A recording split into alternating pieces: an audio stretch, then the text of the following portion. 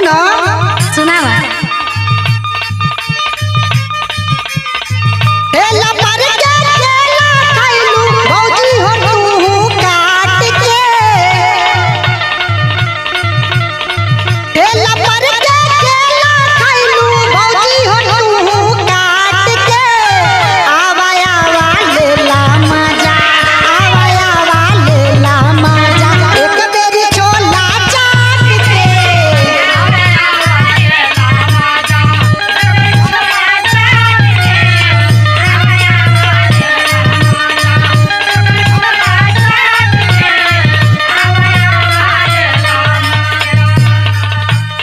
अरे तनी सुना।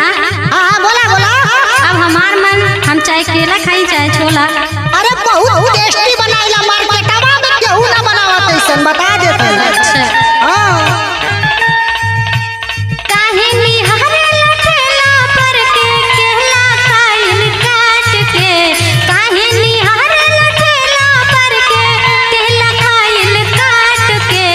जवन मजा केला में देवरू, जवन मजा केला में देवरू, नहबा छोला चाट में।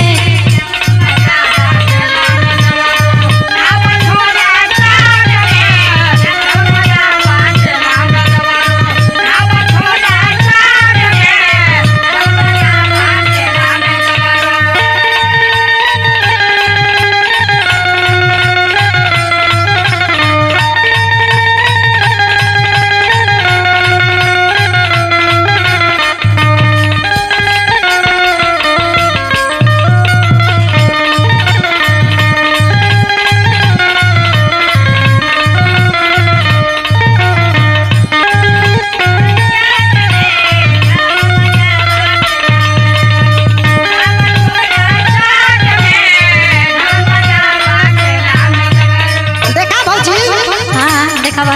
ये हमें बहुत सामान पड़ेले। देखा हम तुम्हें बता देतला, हमार ब्रांडेड बनेला पूरा मार्केटवा में हो। अच्छा तनी दिखावा था। हाँ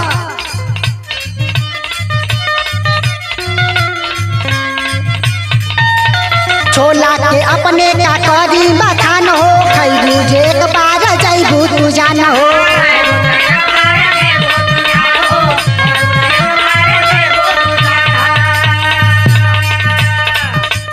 डालीला एकरा में इतना सामान हो, खाए ले झूठेला बुढ़वा जवान हो।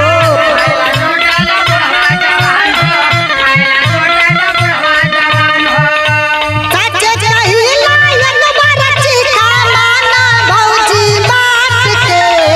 आवा आवा लेला मजा, आवा आवा लेला मजा, एक बारी छोला चाट के।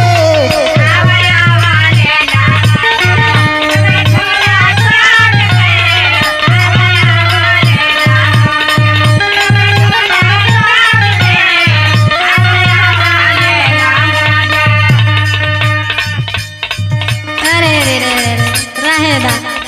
क्या रहेगा हो? अरे जइहा मत खइहा मत छोला में भदुरे में गोली डाल के खिया वाला। अरे ना ना ना, अरे बहुत तो गलत बोला था।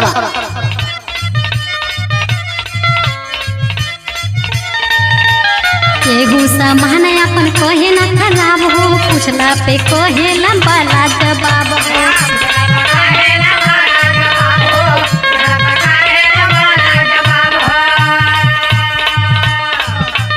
करा न जबरी तू सुना जवाब हो, छोला तो हर देवर हम नाही खाब हो।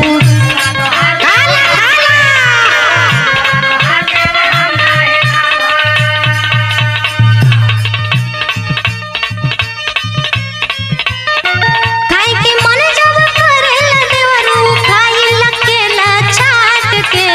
जवन मजा केला में देवरू, जवन मजा केला में देवरू, नहबा छोला चाट में।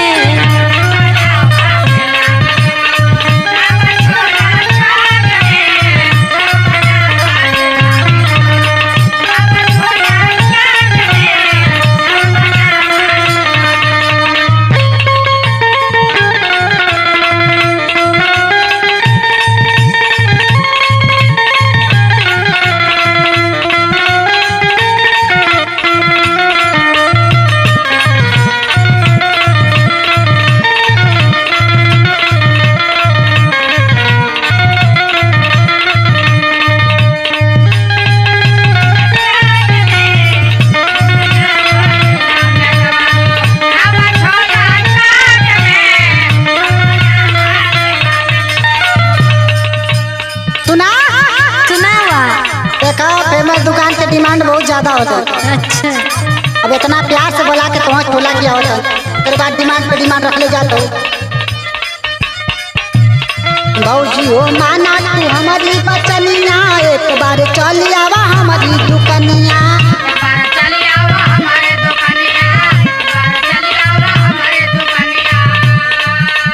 तोके किया दे पूरी अपनिया, कुछ पूछा बे कवन डालेला समनिया।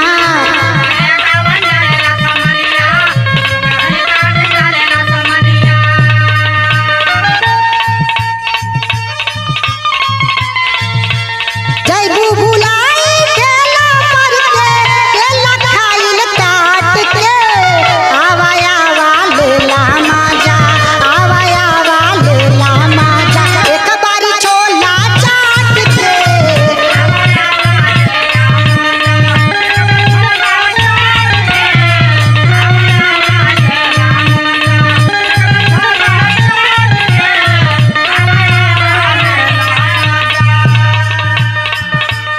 चला इतना जब रिक्वेस्ट करत हुआ तो खाई ले थे।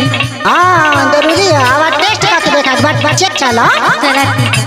आवा आवा आवा बेटा बेटा बेटा बेटा करत जे बाटा तू इतना बखान हो, डाले न छोला में कौन सामान हो। अरे चौक से ले आई हो।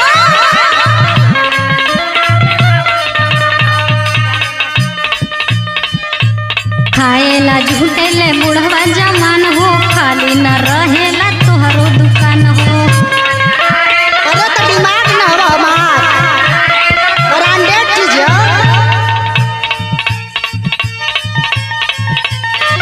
कुटत बानी देवरू रखनी लजिया हमहु बात के, लेकिन मजा अकेला में जवन, लेकिन मजा अकेला में जवन ना